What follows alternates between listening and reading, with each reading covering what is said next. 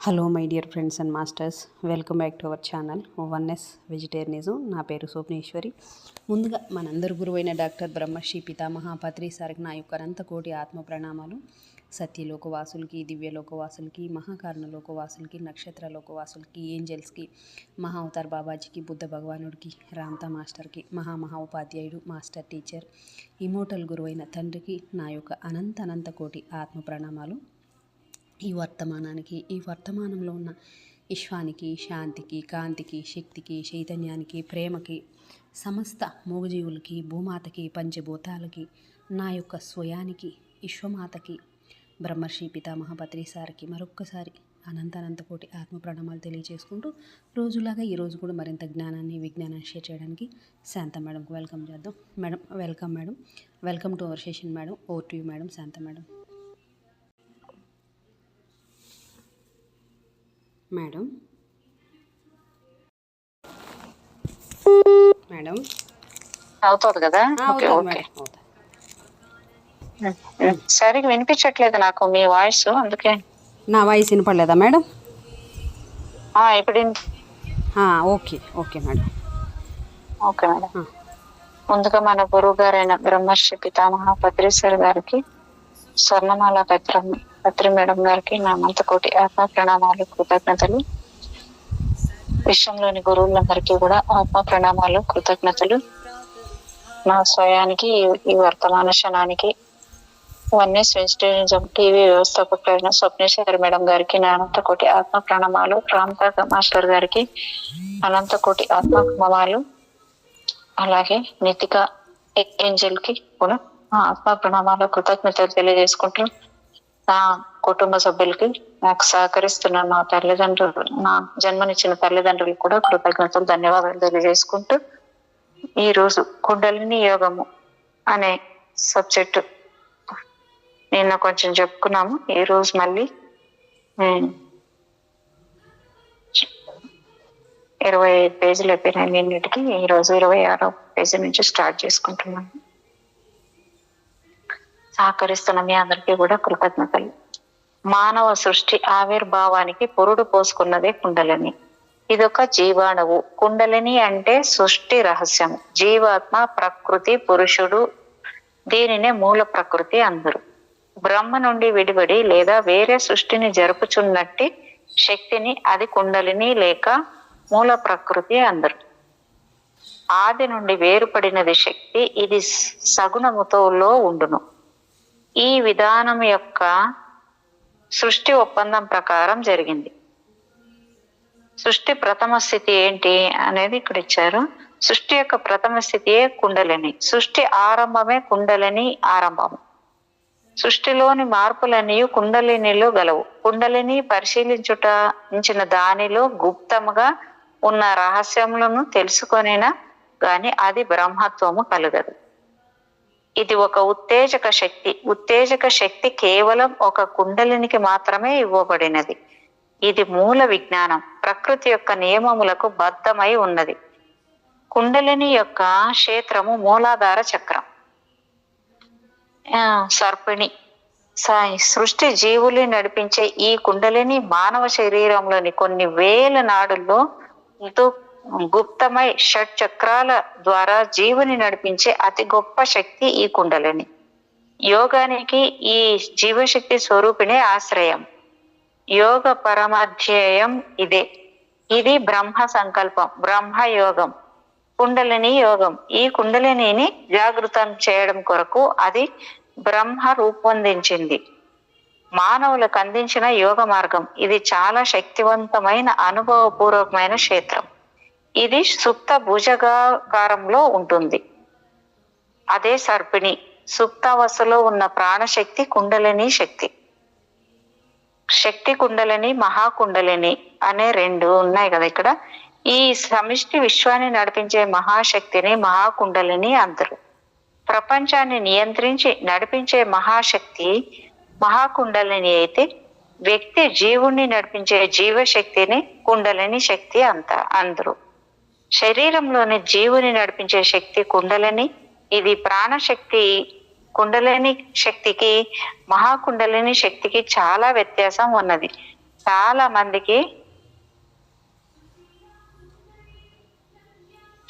మందికి ఈ ఒకటే ఉన్న ఈ రెండు ఒకటే అన్న భావం ఉన్నది. ఈ జీవాణువు ఆదిశక్తి నుండి వెలువడుతుంది. ఇది అనేక దశలు దాటి అనుభూతులను పొంది సంస్కారములను పొంది ఇప్పుడు మానవ జీవితంలోకి ప్రవేశించి అభివృద్ధి పొందినది. ఈ కుండలిని పరబ్రహ్మం నుండి వచ్చిన అనుభూతియే గాని ఈ మానవ శరీరానికి సంబంధించినది కాదు. కుండలిని ఒక జీవశక్తి. త్రికోణాకారం మధ్యలో వెన్నుపాము క్రింది భాగంలో ఒక లింగం ఉన్నది. ఈ లింగానికి ఒక రంధ్రం ఉన్నది. ఈ లింగమే స్వయం భూలింగం. ఈ స్వయం భూలింగాన్ని 3.5 చుట్లు చుట్టుకొని ఒక మహాజ్యోతి స్వరూపం ఉన్నది. అదే సర్పరూపం. ఈ శక్తి ఒక సర్పంలాగా ఈ స్వయం భూలింగాన్ని 3.5 చుట్లు చుట్టుకొని తన తోకను తన నోటిలో పెట్టుకొని ఉన్నది. ఇది ఒక మహాజీవశక్తి. దీనిని సుప్త కుండలిని అందురు. మహా తేజస్సు గలది. బంగారం లాగా మెరిసే జ్యోతి స్వరూపము. సాధించవచ్చు. అది స్పందించినప్పుడు ఏర్పడే కంపనలు, కదలికలు, చైతన్యము సాధకునకు అనేక శక్తులను ప్రసాదించుచున్నది. సృష్టి రహస్యములను గ్రహించు అతీత జ్ఞానము లభించుచున్నది.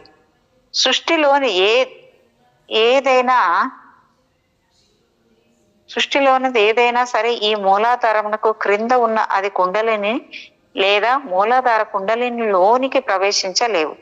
ఏ శక్తియు కుండలిని లోనికి ప్రవేశించజాలదు. ఇది సృష్టి రహస్యము. ఎవరికీ తెలియకూడనిది అది. మరియు శక్తి రూపొందించిన ఒక ప్రణాళిక, ఒప్పందం మరియు సృష్టి విధి విధానము.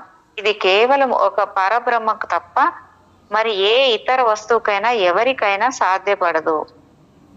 అంతేగాక పరబ్రహ్మము కూడా సృష్టి ధర్మంలోనికి వచ్చి శక్తిని ఆదేశించి రహస్యములను తెలుసుకొనవలసినదే తప్ప ఇతరులకెవరికి అసాధ్యం.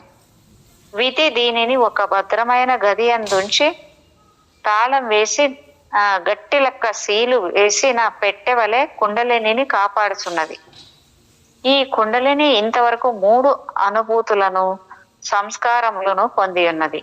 ప్రస్తుతం 4వ పరిణామ దశలో ఉన్నది. 3 దశలను దాటినది, 3 అనుభూతులను పొందినది, 3 సంస్కారములను పొందినది. ఈ 3 దశల అనుభవముల వల్ల ఈ కుండలిని చాలా శక్తివంతమైనది. ఎన్నో పరిణామ రహస్యములు కలదుగా ఉంటది ఇది అని చెప్తున్నారు. దాని గురించి ఇక్కడ మన శరీరాన్ని నడుపుచున్న శక్తి కుండలిని వృత్తుల పైన, విషయాల పైన మనసును ప్రేరేపిస్తున్నది ఎవరు? కుండలిని షట్చక్రములు, నాడులు, ప్రాణము ఇవన్నీ దేని చేత ప్రేరేపింపబడుతున్నాయి? కుండలిని శక్తి చేత ఈ భాగములు తమ తమ పనులను,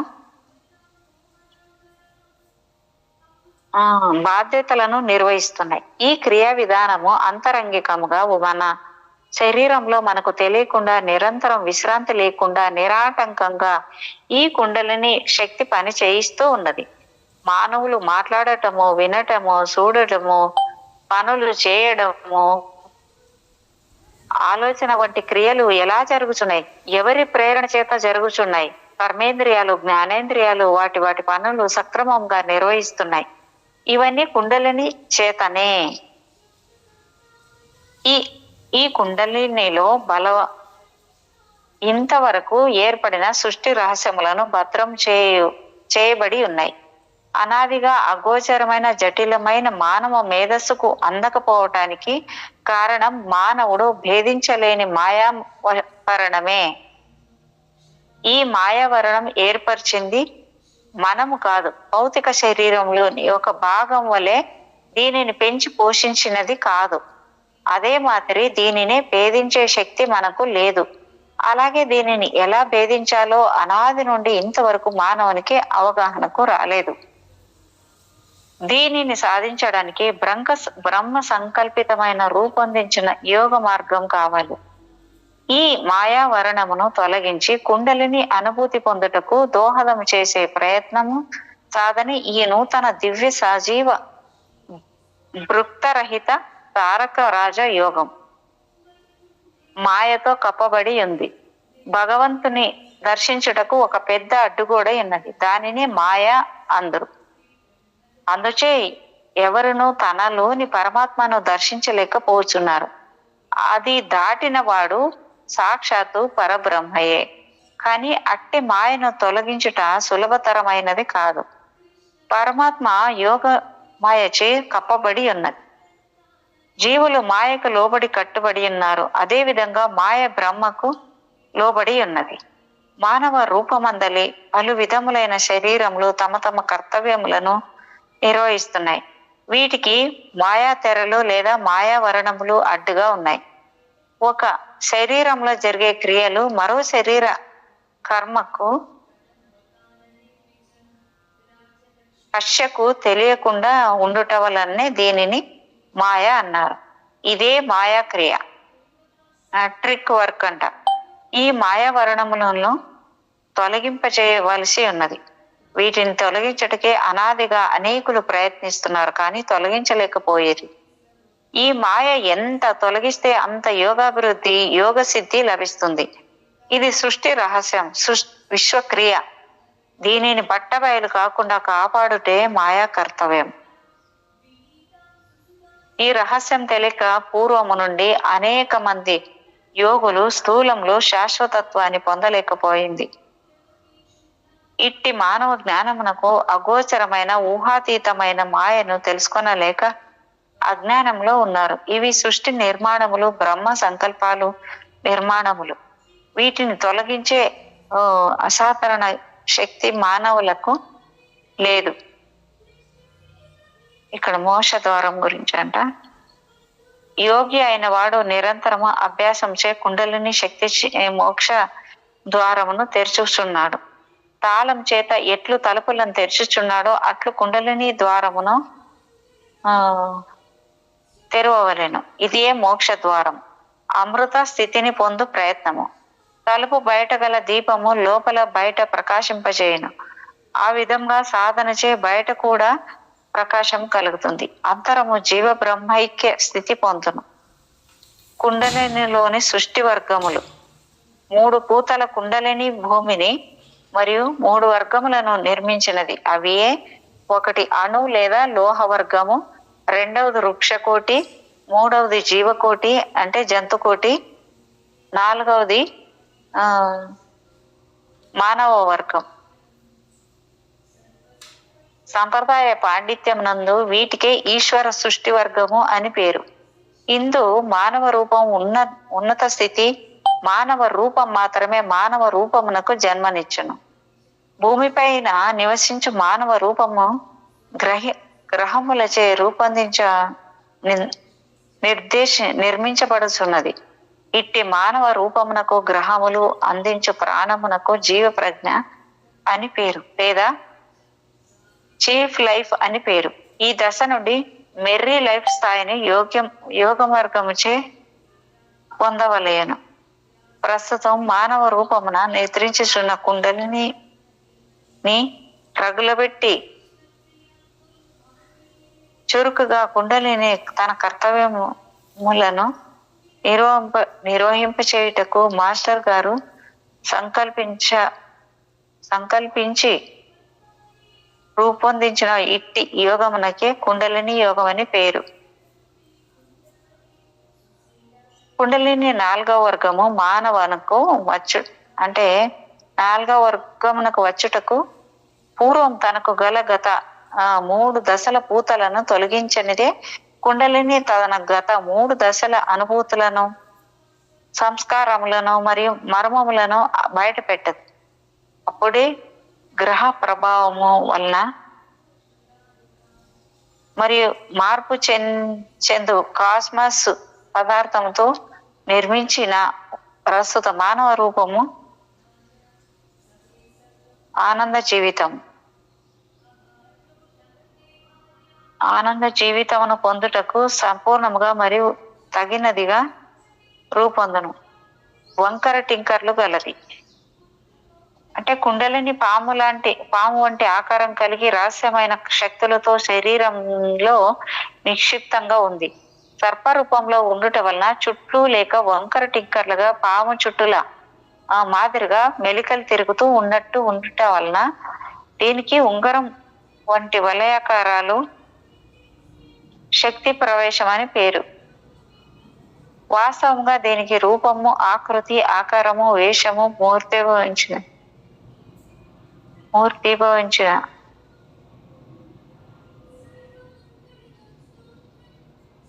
మూర్తిభవించడం నిర్దిష్టమైన స్వరూపం లేదు. ఊహించిన రూపం మాత్రమే దీనికి ఉంది.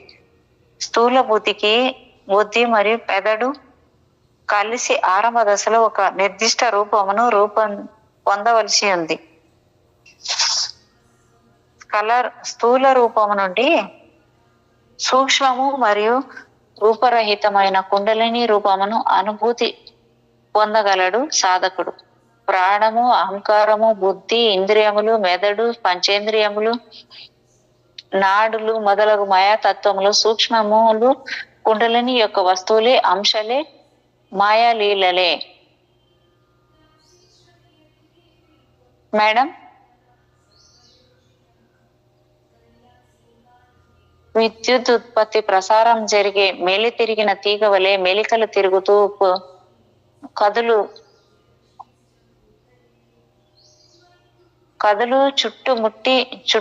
చుట్టుగా చుట్టి ఉంది. ఇట్టి నిద్రించు శక్తి ప్రతి వ్యక్తి శరీరంలో కదలకుండా ఉంది, నిద్రాణమై ఉంది. మూలాధార చక్రంలో స్వయం భూలింగ స్వరూపమును సాధకుడు సాధనలో గమనించవచ్చు. సుషుమ్న నాడి తల కింద కందమునకు సంబంధము ఏర్పరచుకొని ఉంది.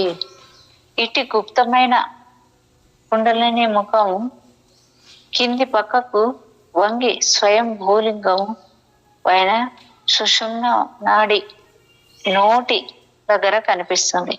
కుండలిని మేల్కొల్పిన కట్టెతో దెబ్బతిన్న సర్పం వల్లే అది కోపంతో బుష్ బుష్ అని శబ్దం చేస్తూ ఊసకొడుతూ విజృంభించిన ఇతర చక్రములను దాటి బ్రహ్మనాడిలోనికి ప్రవేశిస్తుంది. ఇదే సుషుమ్నలో నిక్షిప్తంగా ఉన్న చిత్రనాడి. అందులోకి కుండలినికి భుజంగిని లేదా సర్పశక్తి అని పేరు. 3 చుట్టలు గల సర్పము 3 గుణములైన సత్వ, రజ, తమో గుణములను తెలుపును. ఇదే ప్రకృతి 4వ భాగము వికృతికి సంబంధించినది. అనగా ప్రకృతిలో రాగల మార్పులు. నిద్రించు నిర్లిప్త ఎనర్జీ. 3లకు ఇది బంధకారకంగా నిద్రించుచున్నది.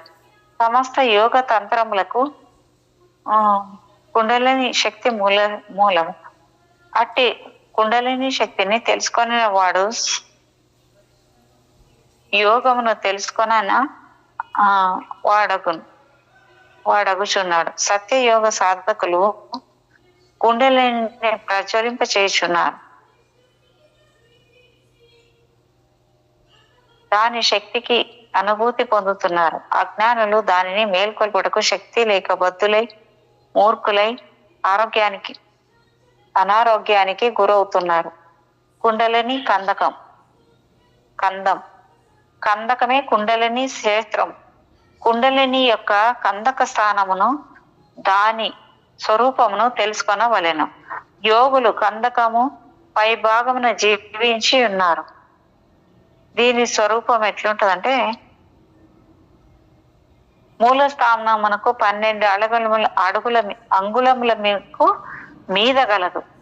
నావికి లింగమునకు మధ్య 4 అంగములు విస్తారమై ఉంది. అతి మృదువైనది, తెల్లని రంగు కలది, చుట్టూ ఉంటుబడిన వస్త్రం మరి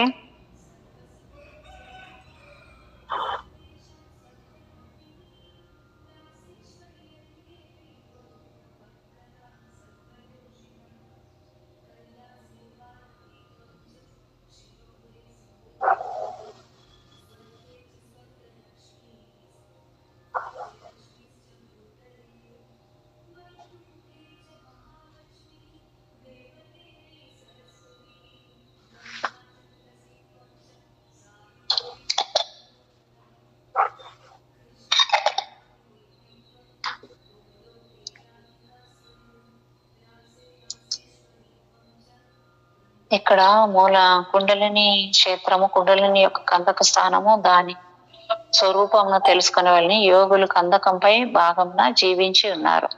దీని స్వరూపము మూల స్థానమునకు 12 అంగుళములకు మీద గలదు. నాభికి లింగమునకు మధ్య 4 అంగుళములు విస్తారమైనవి ఉన్నది. 3వది అతి మృదువైనది. 4వది తెల్లని రంగు కలది. 5వది చుట్టబడిన వస్త్రం యొక్క స్వరూపము గలది.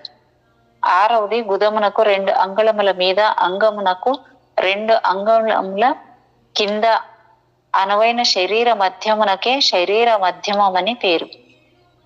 7వది గ్రుడ్డు వంటి రూపము గలది.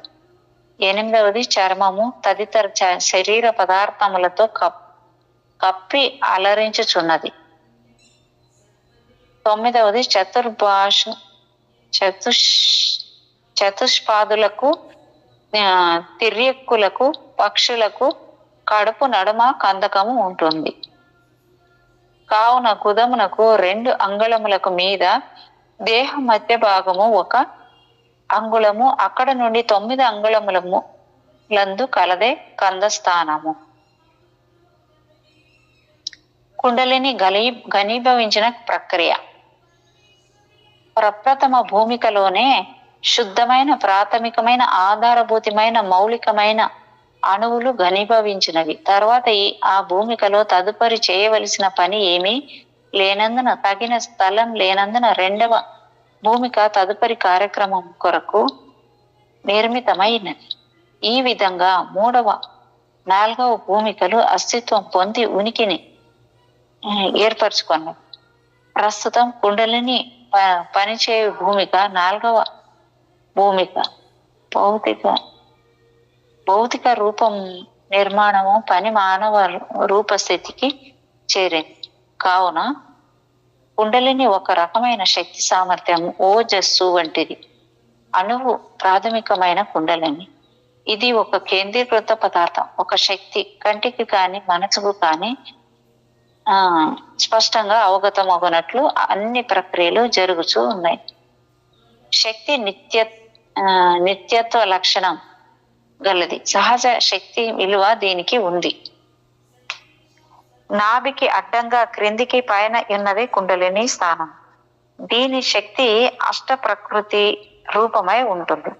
గుండ్రముగా చుట్టుకొని ఉంటుంది. ముఖములో యోగ కాలములో బ్రహ్మరంధ్రమును ప్రవేశించును. అపానముచే అగ్నిచే ప్రకాశించును.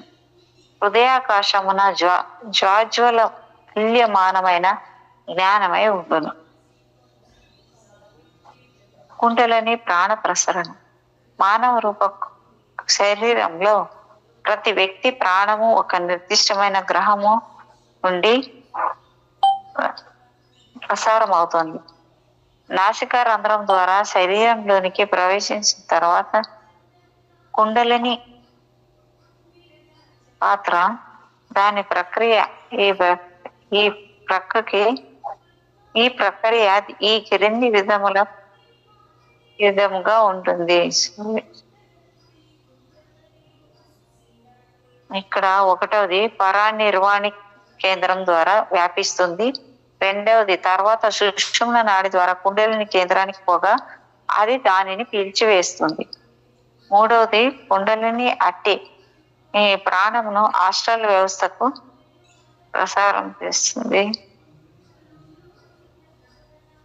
తన వంతు కర్తవ్యంగా ఆస్ట్రల్ తీసుకున్న ప్రాణమును ఈథరిక్ శరీరములకు అందిస్తుంది. ఈ విధంగా ఈథరిక్ శరీరం భౌతిక శరీరం అంతా సరఫరా చేస్తుంది.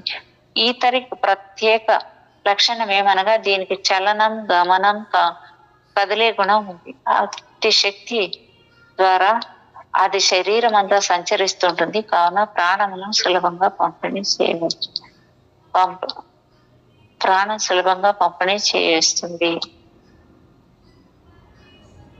ఇక ఒక నిర్దిష్టాకార కాలంలో కుండలిని పీల్చుకున్న ప్రాణమును 49 రోజులు పంపిణీ చేయుటకు సరిపోతుంది.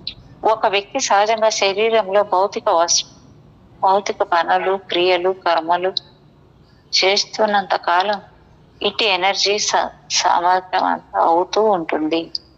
ఒక అధ్యాపకుడుకు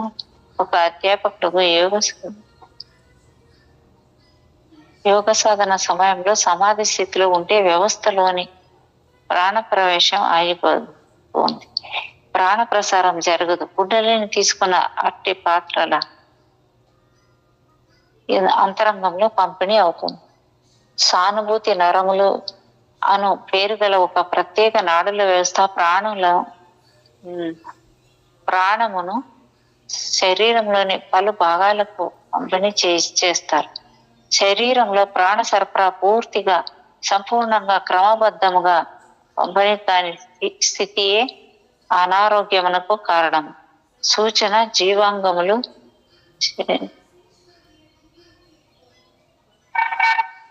సూచన శరీరంగములు చెల్లాచెదరవుతాయి, క్రమరహితమవుతాయి. కల్లోలంతో రుగ్మతకు దారి తీస్తుంది.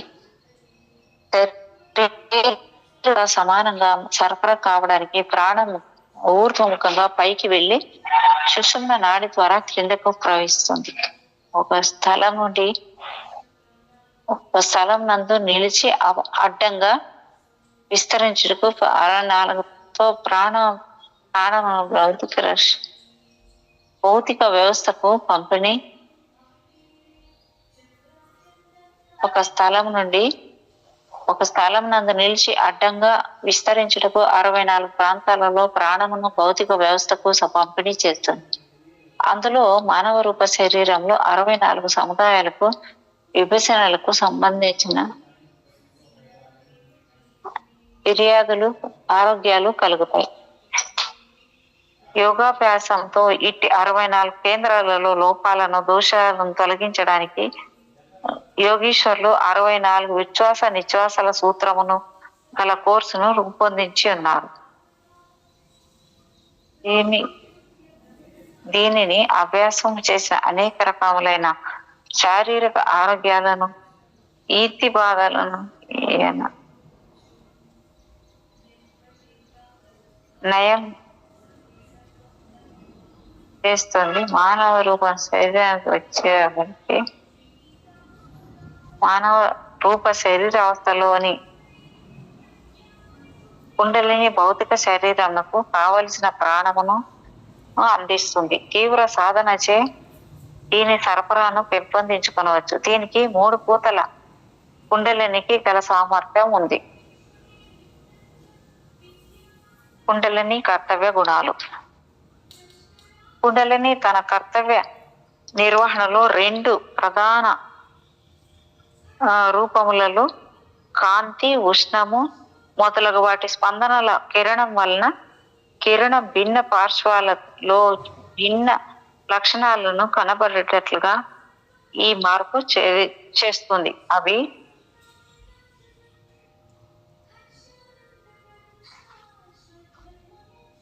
ఒకటి స్థిర స్థితి కార్యరూపం దాల్చే గుణం గలది.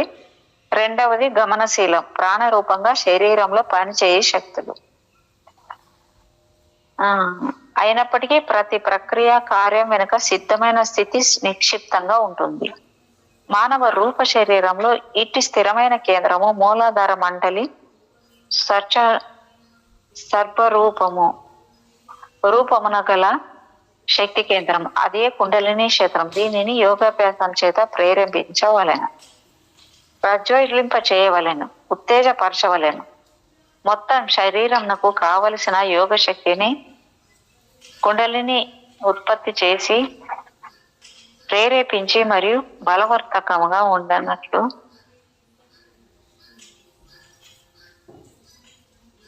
సహాయపడి సహస్రారంతో వాస్తవముగా ఐక్యమగును. సాధకుడు శక్తిని ప్రేరేపిస్తాడు, ప్రోత్సహిస్తాడు. ఆదిశక్తి పనిచేయుటకు కుండలిని శక్తి మధ్యవర్తిగా పనిచేస్తుంది. కుండలిని శక్తి ప్రజ్వలింపచేసే శ్రీ గురుమూర్తితో ఐక్యమగుట వలన సమాధి స్థితి పారవశ్య సంబంధమైన పారవశ్యం కలిగించే ఈ విధంగా ఆధ్యాత్మిక అనుభూతి పొందుతారు. సంపూర్ణ జ్ఞానమును తేజస్సును సాధకులు సాధకునికి ప్రసాదిస్తోంది.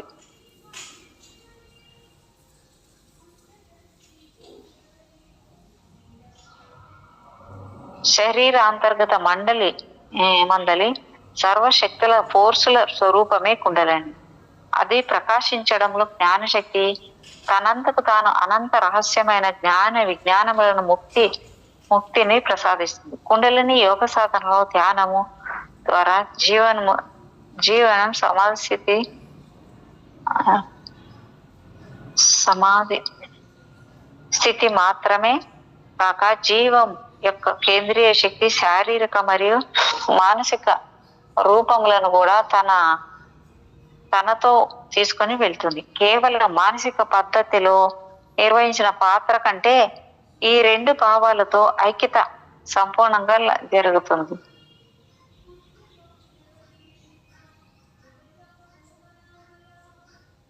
కుండలిని సాధన ఎందు రెండు పద్ధతుల ఎందు శారీరక జాగ్రత్త అవస్థ లేదా భౌతిక ప్రజ్ఞ అనవాణి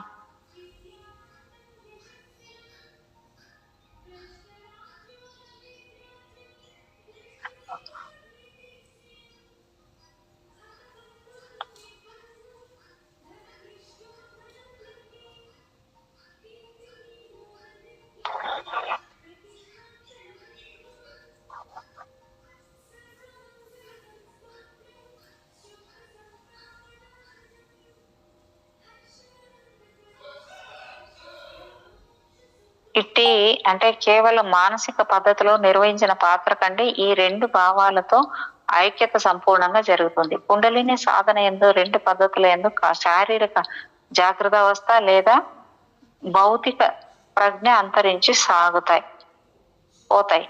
శారీరక ప్రజ్ఞ రెండు ఆత్మస్థితులు ఐక్యం కావలేను. ఇట్టి ఐక్యతలో సమాధి స్థితి సంబంధిత ఆనందాన్ని కలుగజేస్తుంది. కానీ ఇట్టి ఆనంద స్థితిని జ్ఞానయోగి గాని హఠయోగి గాని పొందలేడు. వారు సాధనతో సాధించలేరు. పూర్తిగా యథాక్షర సమగ్రమైన విజ్ఞానంతో చెప్పిన కుండలిని యోగమందు ముక్తి ఆనందము రెండు నిక్షిప్తమై ఉన్నాయి. గాఢంగా అనాదిగా నిద్రించు కుండలిని యోగం సంబంధమైన ప్రక్రియలతో ప్రేరేపించిన తక్షణం షట్చక్రముల ద్వారా మార్గం పైకి తిరగబడుతుంది.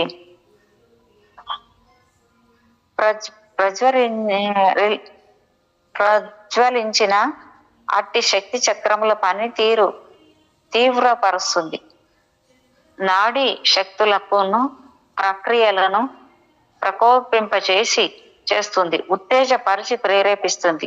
వాటికి చలనము గమనము కలిగించి తీవ్రమైన భావోద్రేకాలను కలిగిస్తుంది.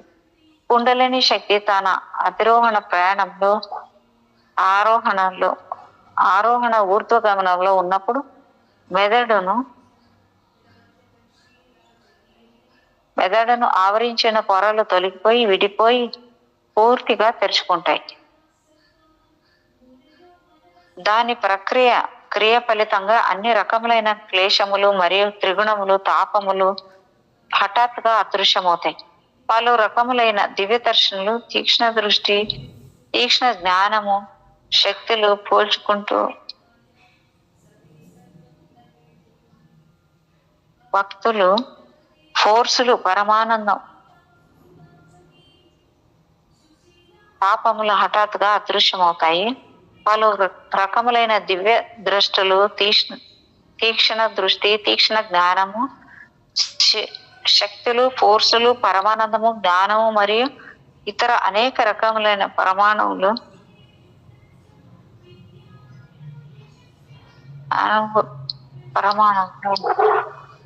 అనుభూతికి వస్తాయి. యోగ నిచ్చెనపై ఉన్నతం ఇటు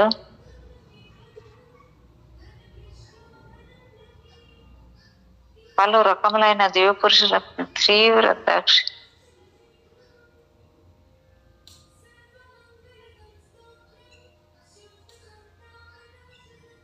కుండలిని శక్తి సహస్ర చక్రం చేరగానే బట్టి సిద్ధులు ఇట్టి సిద్ధులు అనుభూతికి వస్తారు. యోగ నిచ్చెనపై ఉన్నత మెట్టును అధిరోహిస్తారు. మేడం, తన శరీరం మరియు మెదడు నుండి సంపూర్ణంగా సంబంధం లేకుండా వాటికి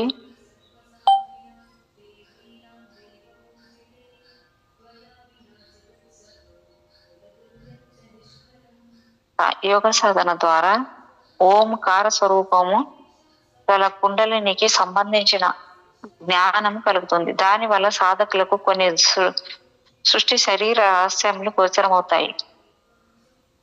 ఇట్టి జ్ఞానం వల్ల ఈ దిగువ విషయములు సాధకులకు తెలుస్తాయి అని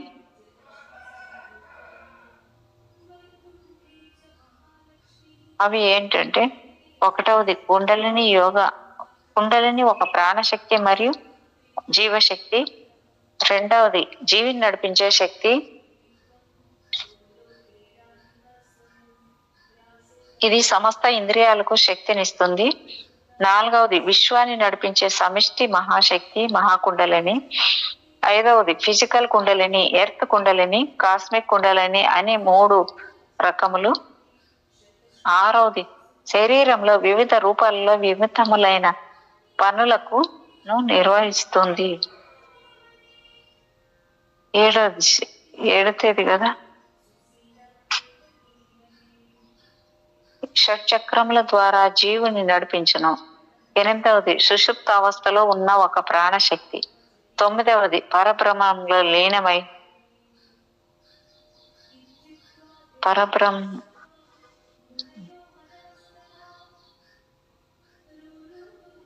పరబ్రహ్మంలో లీనం కావడము అన్న స్థితి కుండలినికి జాగృతం చేయడం ద్వారానే జరుగుతుంది. కుండలిని మూలాధారంలో 3.5 చుట్లు చుట్టుకొని ఉన్నది. 11వది బాహ్య నేత్రములకు కనిపించనిది, అనుభవపూర్వకంగా తెలుసుకోవాల్సినది సాధనకు మార్గదర్శక సూత్రాలు. నిద్రావస్థలో కుండలిని మేల్కొల్పుటకు సాధకుడు ప్రధానంగా సంపూర్ణంగా కోరికలు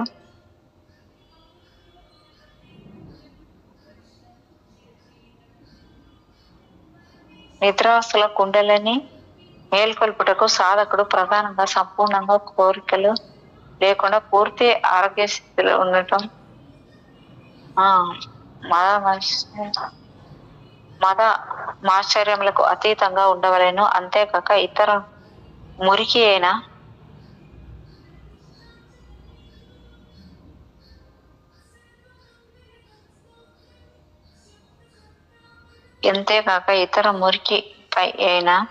అపరిశుభ్రమైన అపవిత్రమైన కల్తీ అయిన పదార్థములు నాడులలో ఏ మాత్రము ఉంచరాదు. కోరికలకు అతీతంగా, పంచేంద్రియాలకు అతీతంగా ఉండవలెను. పరిశుద్ధమైన హృదయమును మరియు మెదడు కలిగిన గాఢావేశము, తీవ్ర ఉద్రేకము, కామవాంఛ మరియు తీరని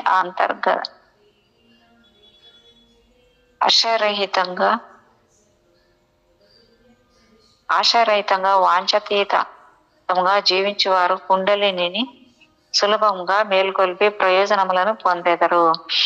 ఎవరైతే మెదడులో అనేకమైన మలినములతో ఆలోచనలతో కూడి ఉంటారో వారికి కుండలిని చైతన్యపరచుట కష్ట సాధ్యమే. కేవలం బలవంతంగా ఆసనములు, ప్రాణాయామములు, ముద్రలు మరియు ఇతర యోగ సంబంధమైన సాధనలను కుండలిని ప్రజ్వలింపజేయుటకు ప్రయత్నిస్తారో అట్టివారు ఫలితములను పొందలేరు. అటువంటి వారు నిర్గుణమైన కుండలిని నిచ్చెనను అధిరోహించగలరు.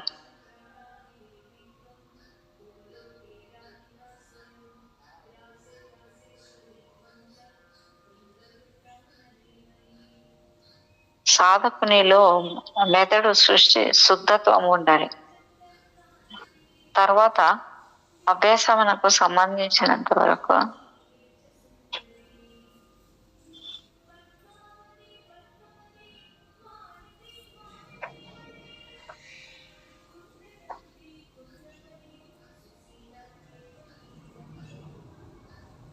నియమ నిబంధనలను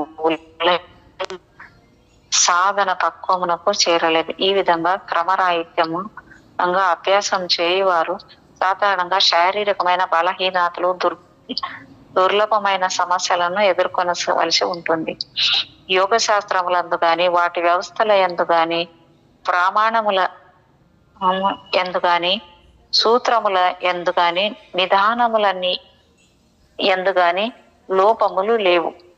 కావున అభ్యాస లోపముల వలన అర్హత లేని గురువులకి క్రింద శిక్షణ పొందిన కారణం సమస్యలు ఎదుర్కొనవలసి వస్తుంది. ఫలితములు ఏమాత్రము లభించవు. సాధకునిలో మొదలు శుద్ధత్వం ఉండాలి. తర్వాత అభ్యాసమునకు సంబంధించిన ఆచరణీయమైన పరిజ్ఞానము సంపాదించి అమలు పరిచయంలో కొనే ప్రయోజనములన్నీ ఉన్నాయి. సద్గురువును ఆశ్రయించుట నిరంతర సాధన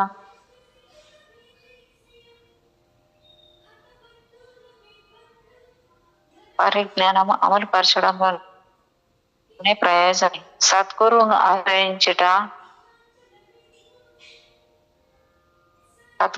ఆశ్రయించడం నిరంతర సాధన, నమ్మకము, భక్తి శ్రద్ధలు, క్రమశిక్షణ, ఓపిక అవసరం. ఎవరైతే కుండలిని శక్తిని మేల్కొల్పో ప్రయత్నంలో సాధన పురోగతి సమయంలో ప్రక్రియలో అనేకమైన సాక్ష్యం ఏర్పరిచి స్వార్థపరమైన భౌతిక ప్రాపంచికమైన ప్రయోజనాలకు మారుతారు.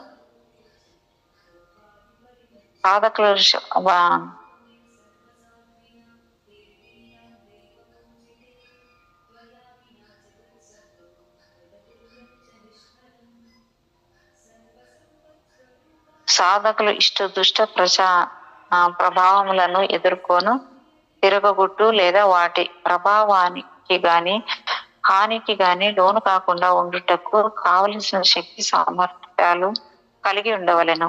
కుండలిని ప్రజ్వలింపచేయట చాలా శ్రేష్టమైన పవిత్ర సాధన, బ్రహ్మ విద్యా సాధన, ఆత్మ సాక్షాత్కార సాధన, పరిపట్టు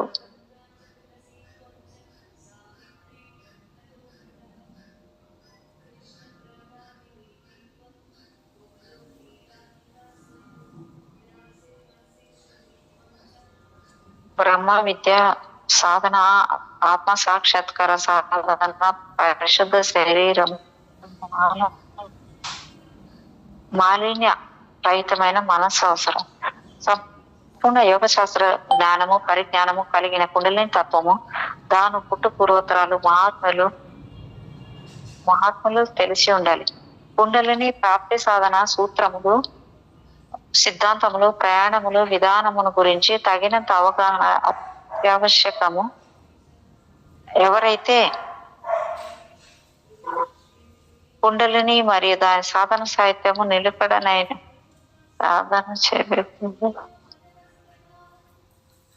నిలకడైన సాధన చేస్తారో అట్టివారు కోరిన ఫలితంలో శీఘ్రంగా పొందగలరు. జ్ఞానము